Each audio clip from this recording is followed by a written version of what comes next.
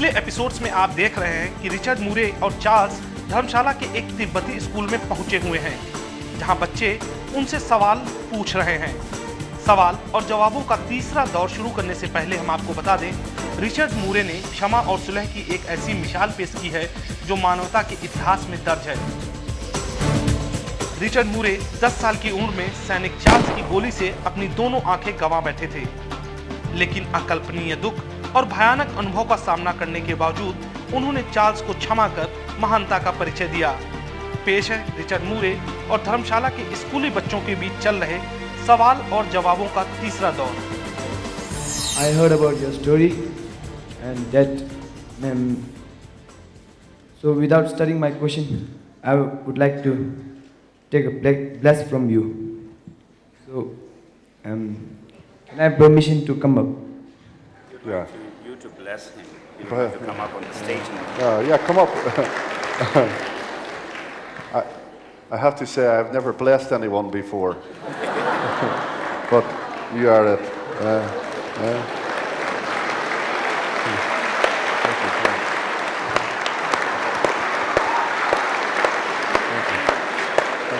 So, first, Mr. Charles, did you face any big problem and protest by Mr. Richard neighbor, and did anybody punish you for shooting Mr. Richard?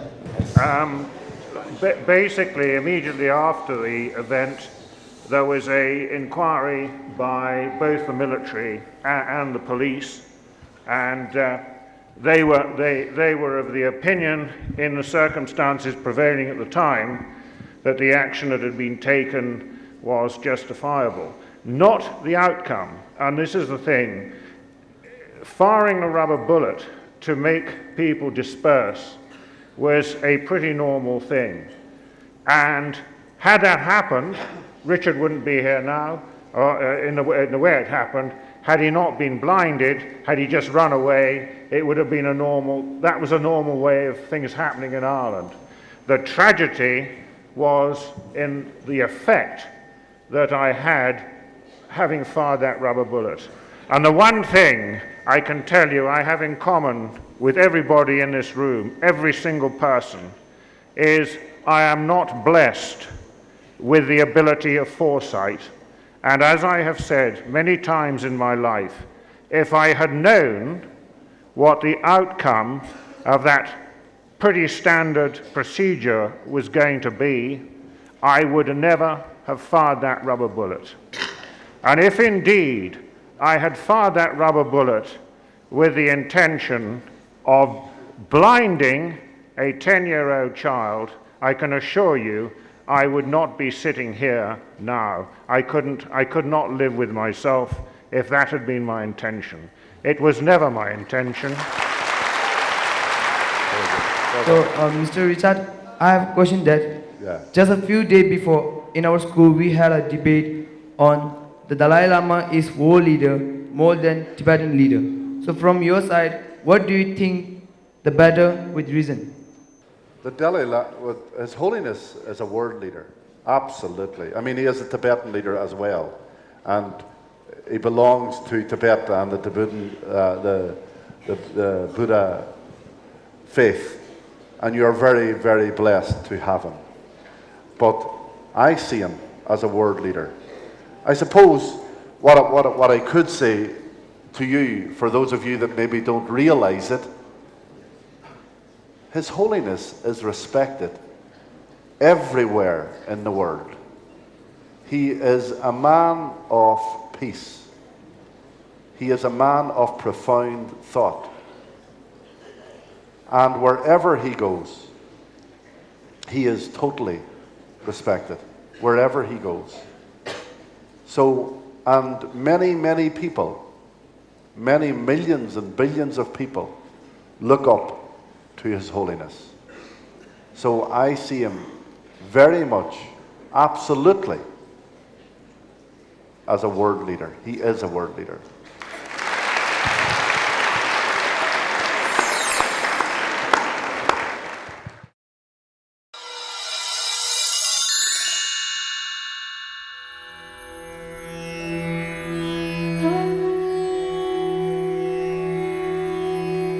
आपने सुना है वैदिक ज्योतिष के बारे में, आपने सुना है पश्चिमी ज्योतिष के बारे में। भारत के टेलीविजन इतिहास में पहली बार हिमालय के रहस्यमय इलाकों की ज्योतिष शास्त्र की गणना से जानिए क्या कहते हैं आपकी किस्मत के सितारे। जानिए बुद्धिस्ट एस्ट्रोलॉजर सेरिंग छांजुम से। Rashidele, Namaskar. 15 June 2010, third day of the 5th lunar month, Tuesday, which has the elemental combination of fire and wind, considered auspicious, and this elemental composition has powerful energy to bring auspiciousness. And this day is particularly good for the person born in the year of snake, horse, pig, mouse, while it is considered inauspicious for the person born in the year of bird and monkey. And during this particular day, no birthday party and outing for a newborn baby should be held.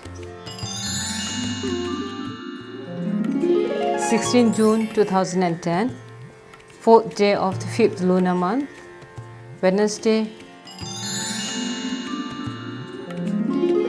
with fire-water elemental combination, which is considered very inauspicious, and this component of energy acquires dead energy to cause one's life. Although in general, this day, Wednesday, is favorable for the person born in the year of mouse, pig, ox, dragon, and dog. And this particular day is especially inauspicious for the person born in the year of snake and horse. Therefore, any kind of important decision making and important activities should be avoided on this particular day. And on this day, no any starting of battles, legal fight or lawsuit. Tashidele, Namaskar. 17 June 2010, 5th day of the 5th lunar month, Thursday, which has an elemental combination of water and wind, which is regarded as inauspicious combination, as this combination has energy to separate loved ones. Although this Thursday is good for the person born in the year of tiger, rabbit, bird, and monkey. It is an inauspicious day for the person born in the year of ox, sheep, dog, and dragon in terms of undertaking any kind of major activities. And during this particular day, it is suggested not to give any kind of feast to their relatives. We will see you tomorrow at the same time.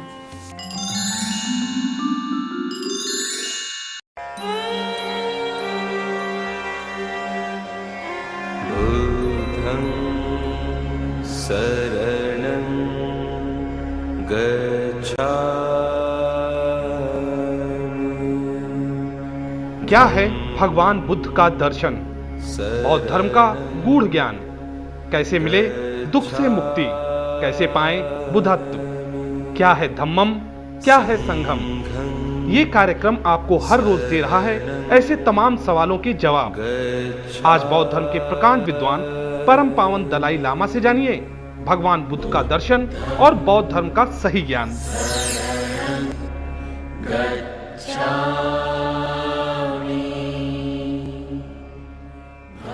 One can live can attempt. Of course, one is not, maybe not successful, but the real connectivity is the soul's connectivity with the soul. I mean, the self's connectivity with the self. You know, one time in Amritsar, some leaders and representative and scholars of different religious tradition, some interfaith discussion. So there, I think one Sufi practitioner, or I now not very clearly remember, or possibly one Jewish rabbi, you see, put 3 questions. What is self? Number 2, whether there is a beginning of that self or not. And third question, whether there is end or not about that self. So all major religious tradition is making answer for these 3 questions. So first question, answer for first question makes division, Buddhism and all non-Buddhism. Buddhism, anatma, so no independent self. The rest of the non-Buddhist tradition, you see, they believe atma or soul theory, which is something like owner of this body and speech and mind. So the owner and the possessor and the objects of possession must be different. So owner come from within the objects or to be owned. It is not sense. So the owner must be above. So that is soul. And then furthermore, those non-Buddhist ancient Indian thought who accept rebirth. So this body and voice which depend on this body, and also mind which entirely depend on this brain, new. So there must be independent self or soul which take new life, new body. And next life, from this body, there must be something, go another sort of life, take another body. So there must be independent self. So that's the concept of soul. So according to Christianity, after death, body dead. So the soul, I don't know, remain for the time being in the coffin at a good rest or thoughtlessness, I don't know. So then final judgment come. Then soul, what kind of form, I don't know, raise and go heaven, go hell. And finish that. So the Buddhism self entirely depend on body, speech and mind. The combination of body, speech, mainly body and mind, combine these two in designated self. No independent self. That's anatma theory. So designated self is there. Designation, grosser level body and mind, subtle body and mind. So from previous life, come to this life, the subtle mind, subtle energy, subtle body. So the subtle body, subtle mind, no beginning, no end. Like that. That's the Buddhist. So the division, the answer for what's self. So these two divisions. Then there is beginning or not. Those tradition accept creator. Then there is a beginning. When creator creates, that's the beginning. Jainism and Buddhism, no creator. It's something like self-creation. So Regarding that, what's the day? Causes of mind, as I briefly touched, the continuation of mind, continuation of particles. So no beginning. Then, whether there is end or not. So, for answer for the second question, Jainism, Buddhism, same, no beginning. At least for Buddhism, see, the continuation of mind, continuation of subtle energy, always there. Logically, that subtle energy, subtle mind, you see, must be its own substantial causes.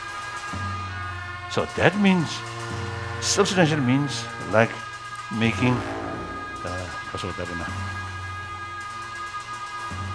clay, zabum swebe, jimbach kegudwa, sirbum swebe, serj kugudwa, nyeling kegudwa.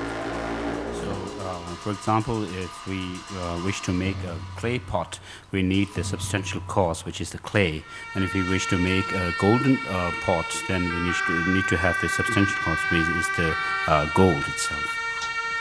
So similarly, this body's immediate substantial cause is parents' semen and blood or egg, like that. So that further goes several generations. At the beginning of Big Bang, the substance already there, like that. But no matter how subtlety, but still physical.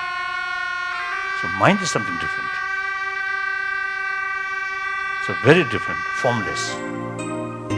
And something like subtle energy.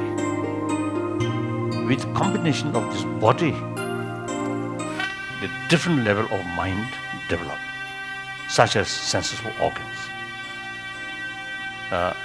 But all cognitive nature, that is the substantial thing. So any cognitive phenomena, its substantial cause must be that nature.